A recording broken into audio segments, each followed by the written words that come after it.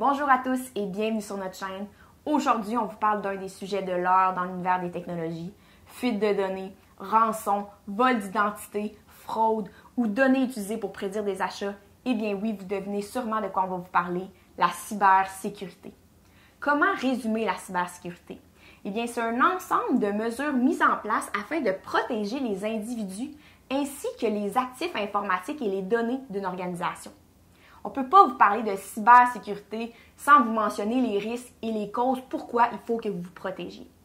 Aujourd'hui, dans la capsule, on va vous parler des motivations qu'ont les pirates de faire ces attaques, des types de cyberattaques possibles, ainsi que les méthodes de protection que vous pourriez mettre en place. Tenez-vous bien, attachez-vous, c'est parti!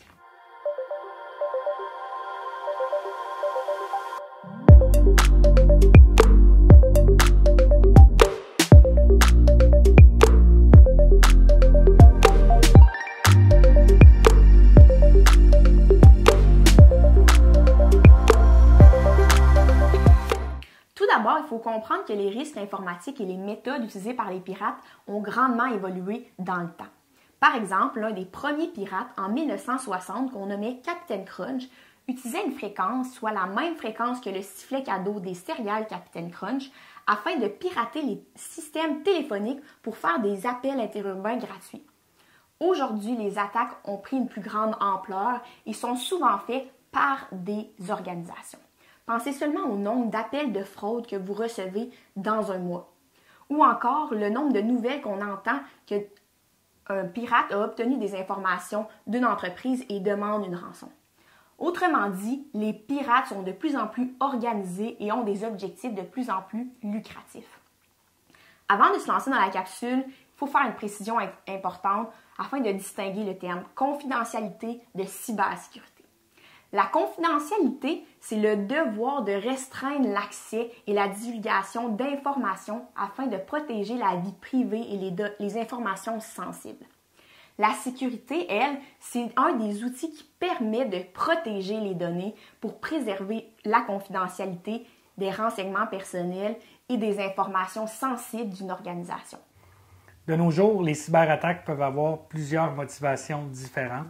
Et c'est important de les identifier et de les connaître pour mieux s'en protéger. En voici quelques exemples. Une première motivation qui existe, ça peut être d'obtenir ou de voler de l'information. L'information ainsi obtenue par la suite peut servir à autre chose. Comme par exemple, ça pourrait donner un avantage concurrentiel à vos clients s'ils réussissent à avoir vos recettes de produits. Deuxième exemple, ça peut être le vol d'identité ou le vol d'informations d'authentification qui permet de faire des transactions ou des actions en votre nom. On peut appeler ça aussi l'usurpation d'identité. Par exemple, ça peut être le clonage de carte de crédit pour dépenser de l'argent avec vos informations de crédit. Ou pour une entreprise, ça peut être le vol d'un compte de réseaux sociaux pour faire des posts au nom de l'entreprise. Troisième exemple, ça peut être de mettre en panne vos systèmes. Le but, c'est de vous causer du tort et ça peut vous en causer en vous empêchant de faire les activités de votre entreprise. Par exemple, ça peut être extrêmement gênant dans le cas du piratage d'une boutique de vente en ligne. Quatrième et dernier exemple qu'on vous présente, c'est une motivation qui est de plus en plus présente et qui est très médiatisée ces temps-ci. C'est le fait de faire de l'extorsion ou de demander une rançon. Donc, l'intention est claire, c'est d'obtenir de l'argent. Et on peut citer en exemple, par exemple, le cas des hôpitaux où les systèmes se sont retrouvés à être verrouillés et il y a une rançon qui était exigée pour retrouver l'accès aux données qui étaient barrées. Maintenant, on peut répondre à la question « Comment se produisent les attaques ?» C'est sûr qu'aujourd'hui, on ne tombera pas dans le détail technique des types d'attaques. Le but, c'est vraiment de vous présenter des exemples et que vous compreniez la diversité des méthodes utilisées. On peut regrouper les types de cyberattaques en trois grandes catégories, soit les attaques techniques, les attaques d'ingénierie sociale et les attaques qui combinent les deux méthodes. Pour commencer, les attaques techniques, eh bien, c'est des attaques qui n'impliquent pas l'humain. Ce n'est pas perceptible à l'œil nu, c'est vraiment dans le système ou encore entre le pirate et le système. Un exemple d'attaque technique, c'est l'attaque de déni de service. C'est donc envoyer un énorme débit de transactions afin de surcharger le système et le rendre indisponible. Une histoire marquante dans les années 2000, un pirate informatique a réussi à mettre hors service plusieurs sites Internet, soit Yahoo, Amazon, Dell, eBay et CNN. Le pirate s'appelait Mafia Boy, il avait 15 ans et venait de Montréal. Jonathan va vous présenter d'autres types d'attaques techniques. Oui, quelques exemples d'attaques techniques qui existent. Premier exemple, ça peut être l'attaque d'homme du milieu. En fait, c'est un intermédiaire qui se positionne entre l'ordinateur de l'usager et les systèmes pour intercepter de l'information, comme des mots de passe ou de l'information sensible. Ça peut être de l'injection SQL qui consiste à utiliser des failles de sécurité pour envoyer des requêtes de modification ou de prise d'informations sur les bases de données. Il peut y avoir le script intégré ou le scriptage XSS qui ajoute un script à un site web existant pour aller voler des données ou plein d'autres choses possibles. Il y a l'accès par mot de passe qui consiste à deviner le mot de passe par une attaque, par exemple, par force brute ou avec un dictionnaire de mots de passe existant. Finalement, il y a les logiciels malveillants qui sont peut-être les plus connus, qui incluent entre autres les virus, les vers, les logiciels espions et les rançongiciels. Le deuxième type d'attaque, soit l'ingénierie sociale, c'est vraiment un type d'attaque beaucoup plus insidieux parce que ça fait attaque à quelque chose de beaucoup plus faillible que les technologies, soit l'humain. En gros, par exemple, avoir un trait à l'intérieur d'une organisation, c'est une méthode d'ingénierie sociale. Dans le cas de la fuite de données chez Desjardins, c'était exactement ça. Il y avait un employé à l'interne qui avait légitimement accès aux informations et qui a commencé à vendre les informations en lot. Statistique intéressante à ce sujet-là, 1/3 des cyberattaques proviennent de l'interne de l'organisation. Jonathan va vous présenter d'autres méthodes d'ingénierie sociale qui pourraient être des attaques. Donc, souvent, les méthodes d'ingénierie sociale vont utiliser des techniques de manipulation, de chantage, de dissimulation, etc. On va vous présenter quelques exemples de cyberattaques par ingénierie sociale. Une première, c'est d'avoir un accès physique au lieu de l'entreprise. Donc, c'est quelqu'un qui réussit à manipuler les gens pour se rendre sur les lieux de l'entreprise. Et à ce moment-là, cette personne-là peut soit faire des dégâts, accéder à l'information ou voler de l'information. Il y a aussi le prétexte ou l'appât. C'est quelqu'un à l'interne qui se fait promettre des bénéfices en échange d'informations ou d'actions malveillantes. Et la personne à l'interne ne touche jamais les bénéfices promis. Il y a la notion d'échange ou de corruption, où encore une fois, il y a quelqu'un à l'interne, mais la particularité, c'est similaire à l'appât, mais la particularité, c'est que cette fois-ci, la personne à l'interne va recevoir les bénéfices de ses actions. Il y a aussi le chantage. Le chantage, ça consiste à menacer de conséquences si on ne donne pas d'informations ou si on ne fait pas les actions demandées. Aussi, au final, il y a les techniques qui vont employer les deux types d'attaques. Donc, c'est à la fois technologique et à la fois de l'ingénierie sociale. Et c'est maintenant qu'on peut commencer à parler de l'hameçonnage. L'hameçonnage, en exemple, ça peut être un envoi de courriel qui est fait avec un hyperlien ou une pièce jointe qui est en apparence légitime, et c'est un envoi qui est souvent fait en masse. Et s'il y a un ou des usagers qui l'utilisent, soit en cliquant sur l'hyperlien ou en ouvrant la pièce jointe, c'est là qu'on peut avoir soit, par exemple, l'installation d'un logiciel malveillant ou d'accéder à un faux site web qui va prendre des informations personnelles ou sensibles. C'est le type de méthode qu'utilisent les rançongiciels pour s'installer dans une entreprise. Donc, les rançongiciels, c'est le type de logiciels qui sont installés dans les systèmes d'une entreprise pour les verrouiller, pour barrer les données et pour lesquels on demande une rançon pour pouvoir récupérer l'accès à ces données-là. Maintenant qu'on connaît les motivations des pirates ainsi que les types d'attaques possibles, il faut se poser la question, comment se prémunir de ces risques? Comment se protéger envers tout ça? Premièrement, qui dit attaque technologique dit solution de protection technologique. C'est sûr que les moyens technologiques ne sont pas à négliger dans vos outils de protection. Jonathan va toutefois vous présenter quelques moyens de protection que vous pourriez mettre en place et comment ceux-ci vont vous protéger envers les cyberattaques. Donc, on va vous présenter quelques exemples. C'est peut-être des outils que vous avez déjà utilisés ou été en contact avec. Le premier, c'est les réseaux virtuels privés ou les VPN.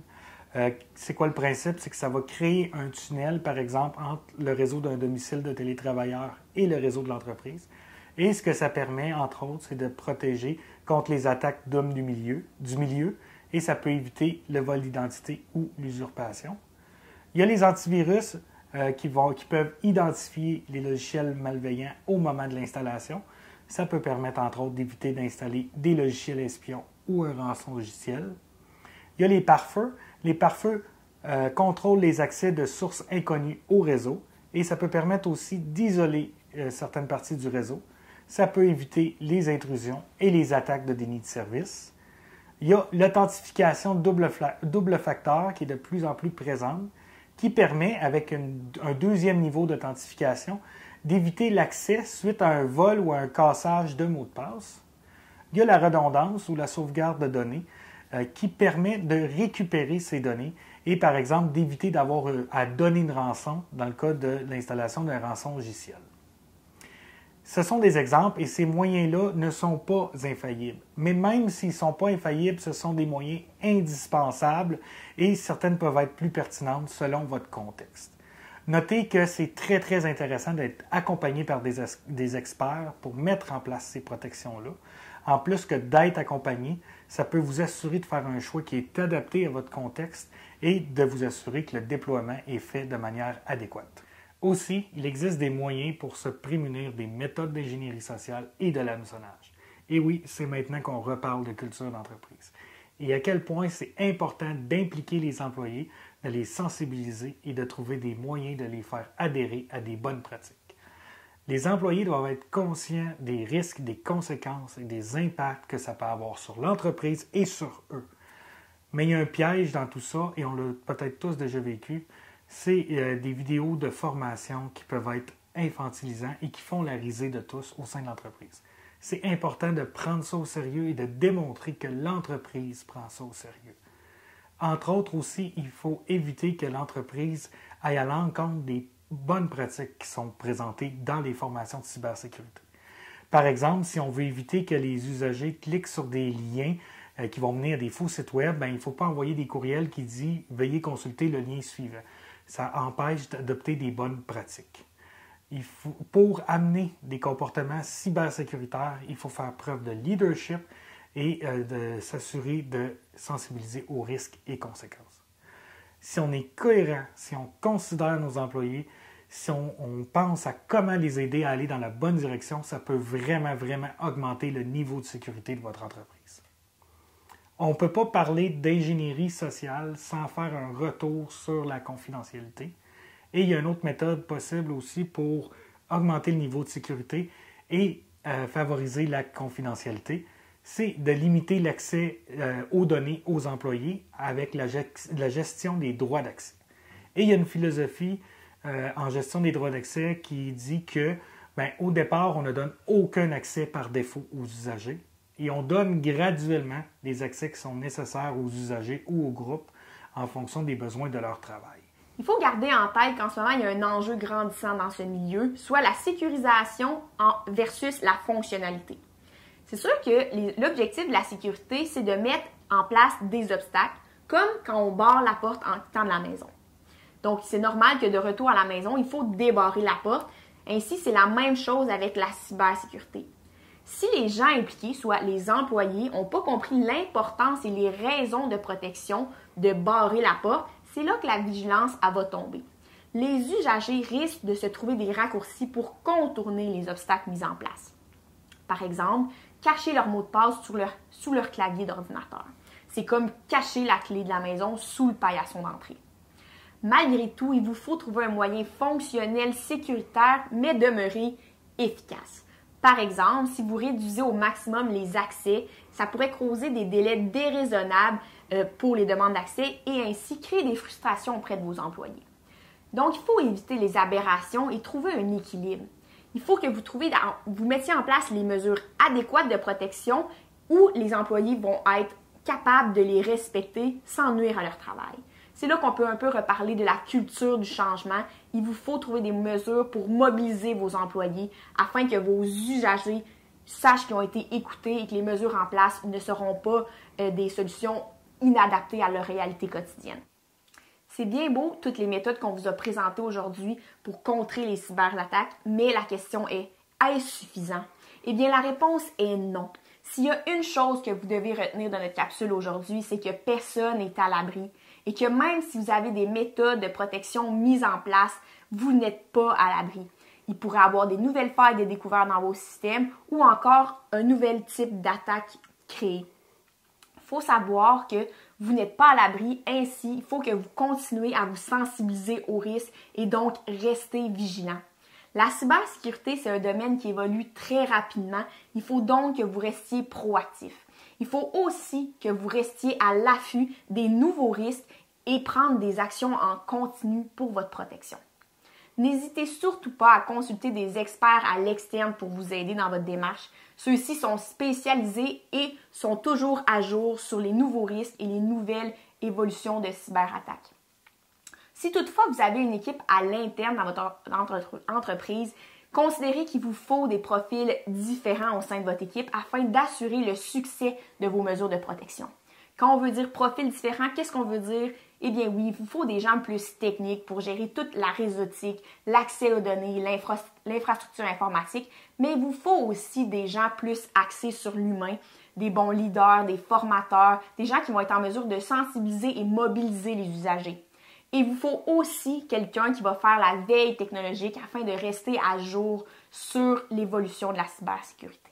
Donc pour finir, globalement, c'est quoi la meilleure stratégie? Eh bien, il ne faut pas vous mettre la tête dans le sable. Ça n'arrivera pas à moi, oubliez ça. Simplement, il faut que vous soyez conscient, vigilant et proactif afin d'augmenter votre niveau de sécurité dans votre entreprise. Aussi, c'est essentiel de transmettre cette vigilance et ces bonnes pratiques à vos employés. Il faut que, à titre d'entreprise, vous fassiez preuve de leadership et d'exemplarité dans vos méthodes.